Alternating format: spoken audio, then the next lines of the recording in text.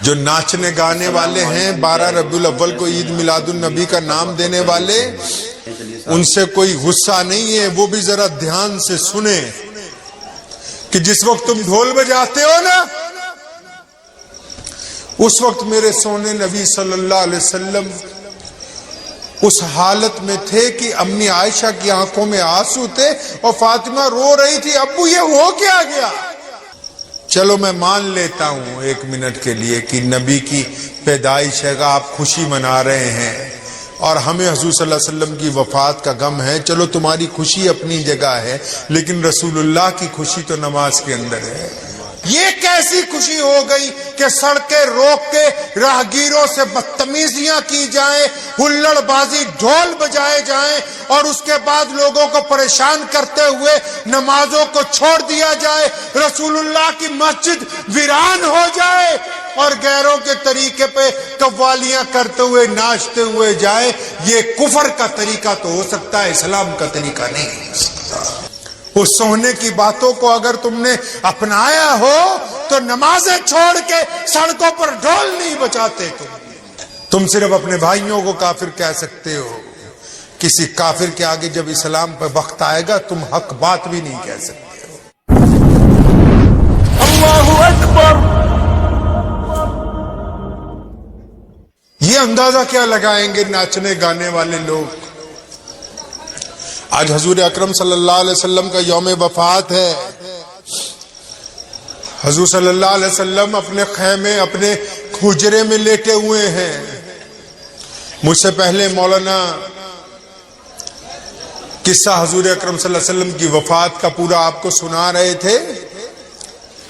حضور صلی اللہ علیہ وسلم اپنے خیمے میں لیٹے ہوئے ہیں، امی عائشہ رضی اللہ تعالیٰ عنہ نے گود میں سر رکھا ہوا ہے اور سیدنا فاطمہ الزہرا پاس میں بیٹھی ہے۔ آخری وقت ہے حضور اکرم صلی اللہ علیہ وسلم کا۔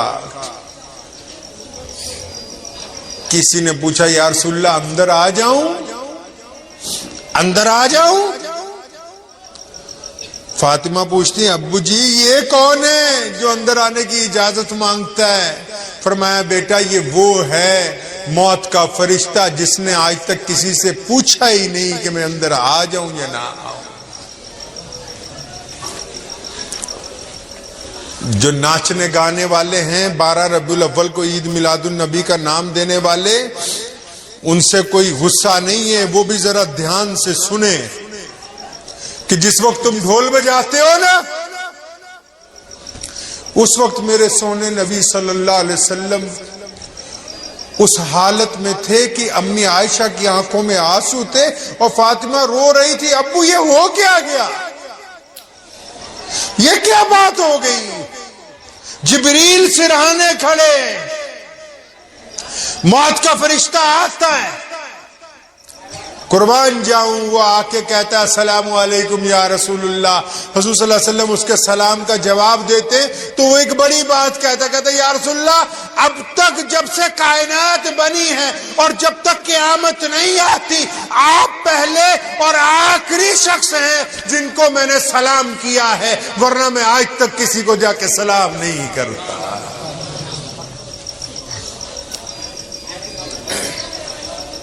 اور پھر اس نے دوسری بڑی بات کہی، کہنے لگے یا رسول اللہ اللہ فرماتے ہیں، موت کے فرشتے نے یہ بات کہی ہے، آج جبرائیل نہیں باتیں کر رہا، آج ملک الموت باتیں کر رہا ہے محمد رسول اللہ سے، کہ یا رسول اللہ اللہ فرماتے ہیں کہ میرے محبوب کے پاس جاؤ اور محبوب سے پوچھو کہ اے پیارے محبوب آپ کو اللہ یاد فرماتے ہیں، اگر آپ جانا چاہتے ہیں تو میں لے کے جاؤں گا، اگر آپ نہیں جانا چاہتے تو میں واپس لوٹ جاؤں گا۔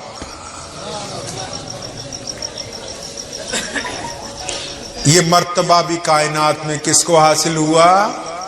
محمد الرسول اللہ کو حاصل ہوا۔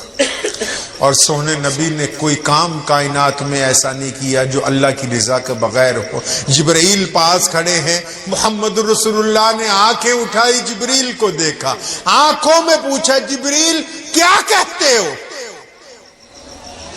تم اللہ کا پیغام لے کے ہمیشہ میرے پاس پاس آتے ہو, اللہ کے نمائندے ہو میرے پاس, قرآن تم نازل کرتے ہو مجھ پر, جبریل بتاؤ تم کیا کہتے ہو؟ جبریل نے کہا یا رسول اللہ, اللہ آپ سے ملنے کے لیے تیار ہے, وہ آپ سے ملاقات کرنا چاہتے ہیں. ملک الموت کو جب اجازت دے دی کہ ٹھیک ہے میں جانے کے لیے تیار ہوں, آج جب ڈھول بج رہے تھے تو میں سوچ رہا تھا کہ یہی 12 ربیع الاول کی تاریخ تھی. محمد رسول اللہ صلی اللہ علیہ وسلم جب اس کائنات سے رخصت ہوئے ہیں تو مدینہ منورہ کے باہر ایک باغیچے میں ایک صحابی کھجوروں کے گوشے کاٹ رہا ہے, تو کسی نے آواز دے کے کہا کہ ہوشیار, محمد رسول اللہ اب اس دنیا میں نہیں رہے. وہ گوشے کاٹتا کاٹتا رک جاتا ہے, خبر دینے والے سے پوچھتا ہے کیا سچ ہے کہ محمد رسول اللہ کا وصال ہو گیا؟ کہنے لگا ہاں سچ ہے. وہ خنجر ہاتھ میں ہے, اپنی آنکھیں ہی نکال دیتا ہے روتے روتے خنجر کے ساتھ. کہنے لگا جب آقا ہی نہیں ہے تو پھر ان نظروں سے کس کو دیکھنا ہے؟ سیدنا عمر فاروق رضی اللہ تعالی عنہ آنکھوں سے آنسو جاری ہیں, اتنا شدید غصہ آیا کہ اپنی تلوار نکال لی, اب مدینے کی گلیوں میں پھر رہے, لوگ بھی رو رہے, عمر فاروق کی آنکھوں سے بھی آنسو ہیں, اور فرماتے خبردار اگر کسی نے کہا کہ میرے آقا کو کچھ ہو گیا ہے میں اس کی گردن اتار دوں گا. آقا آرام کر رہے, ابھی اٹھ جائیں گے تھوڑی دیر کے بعد.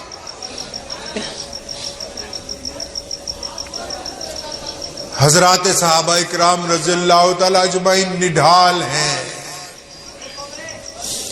حضرات صحابہ اکرام رضی اللہ تعالی اجمعین نڈھال ہیں. پورا مدینہ رو رہا ہے.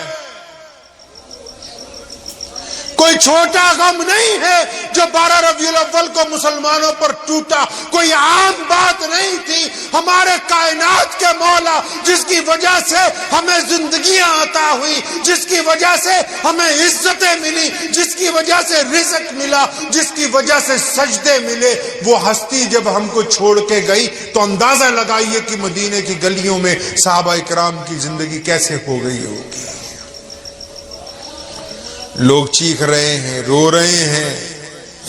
حضور صلی اللہ علیہ وسلم کے حجرے میں آتے ہیں, آقا کو آرام کرتا ہوا دیکھتے ہیں, ایک ہی بات کہتے ہیں صلی اللہ علیہ وسلم, درود پڑھتے ہیں, گزرتے جاتے ہیں, آتے ہیں, صحابہ کی آنکھوں سے آنسو جاری ہے.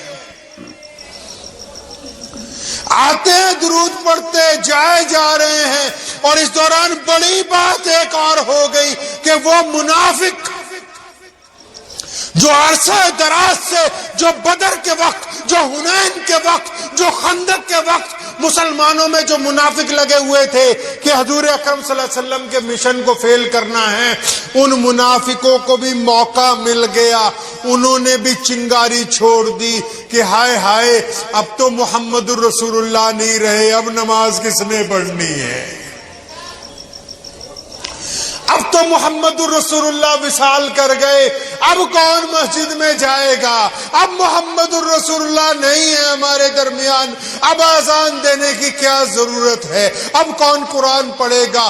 بڑی تیزی سے انہوں یہ فتنہ ایک دن میں ہی امت میں پھیلانے کے لیے زور پکڑ دیا کہ لوگوں کو یہ کہنے لگے کہ اب کیا ضرورت ہے, محمد الرسول اللہ صلی اللہ علیہ وسلم ہمارے درمیان موجود نہیں ہے. جب امت پر یہ مصیبت اتنی بڑی ٹوٹی تو ایک بندہ کھڑا ہوا. جب عمر فاروق رضی اللہ تعالیٰ عنہ جیسے لوگ تلوار لیے یہ کہہ رہے تھے کہ کوئی اگر کہے گا کہ میرے آقا نہیں رہے تو میں گردن اتار دوں گا, جب سیدنا عثمان رضی اللہ تعالیٰ عنہ جیسے لوگ حجرہ رسول صلی اللہ علیہ وسلم کی دیوار سے لگے رو رہے تھے,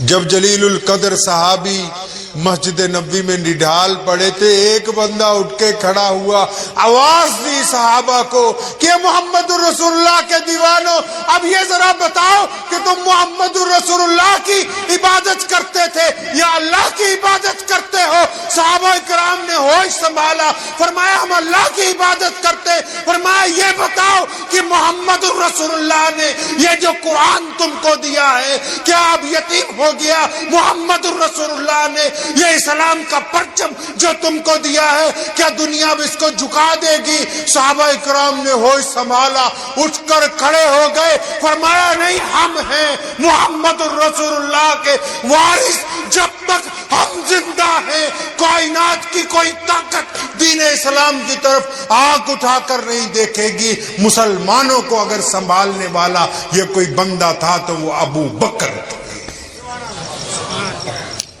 وہ ابو بکر تھے رضی اللہ تعالی عنہ۔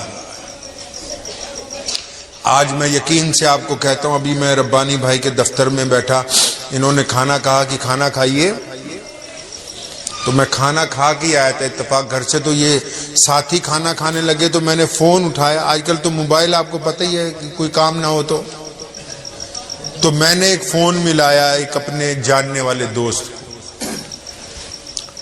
ایسے بندے کو فون ملایا جو اللہ معاف فرمائے جتنے جلوس نکلتے ہیں ہمارے شہر میں وہ بھی ایک جلوس نکالنے کا پردھان ہے۔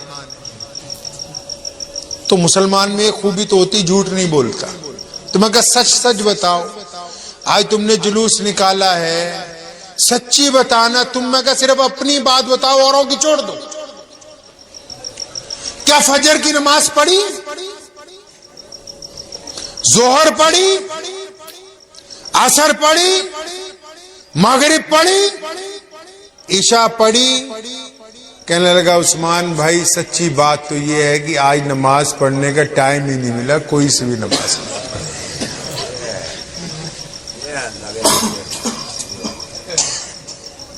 میرے نبی صلی اللہ علیہ وسلم آخری وقت میں بھی نصیحت فرما رہے نماز کو قائم کرنا۔